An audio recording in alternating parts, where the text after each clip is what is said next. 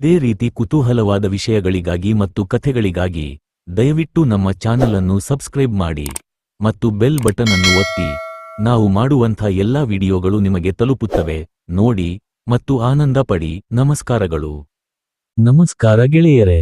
ಹಿಂದಿನ ಭಾಗದಲ್ಲಿ ನೋಡಿದ ಹಾಗೆ ನಿಂಗಮ್ಮನ ಮಗಳು ಮಂಜುಳಾಳ ಹೆರಿಗೆ ಆದ ಮೇಲೆ ನಿಂಗಮ್ಮನ ಚಿಕ್ಕ ಮಗ ವೀರಯ್ಯ ದುಡಿಯೋದಕ್ಕೆ ಬೆಂಗಳೂರಿಗೆ ಹೊರಟು ಹೋಗುತ್ತಾನೆ. ಆಮೇಲೆ ಏನಾಯ್ತು ಎಂದು ತಿಳಿಯೋಣ ಬನ್ನಿ. ನಿಂಗಮ್ಮ ತನ್ನ ಪತಿ, ಮಗಳು ಹಾಗೂ ಮೊಮ್ಮಗನೊಂದಿಗೆ ಊರಿನಲ್ಲೇ ಇರುತ್ತಾಳೆ. ದುಡಿಯೋದಕ್ಕೆ ಹೋಗಿದ್ದ ಮಕ್ಕಳು ಅಲ್ಲಿಂದ ದುಡಿದು ಹಣವನ್ನು ಕಳಿಸುತ್ತಿರುತ್ತಾರೆ. ಸ್ವಲ್ಪ ದಿನ ಎಲ್ಲವೂ ಕೂಡ ಚೆನ್ನಾಗಿರುತ್ತೆ. ಅದಾದ ಮೇಲೆ ನಿಂಗಮ್ಮನಿಗೆ ಮತ್ತೊಂದು ಸಮಸ್ಯೆ ಆರಂಭ ಆಗುತ್ತೆ.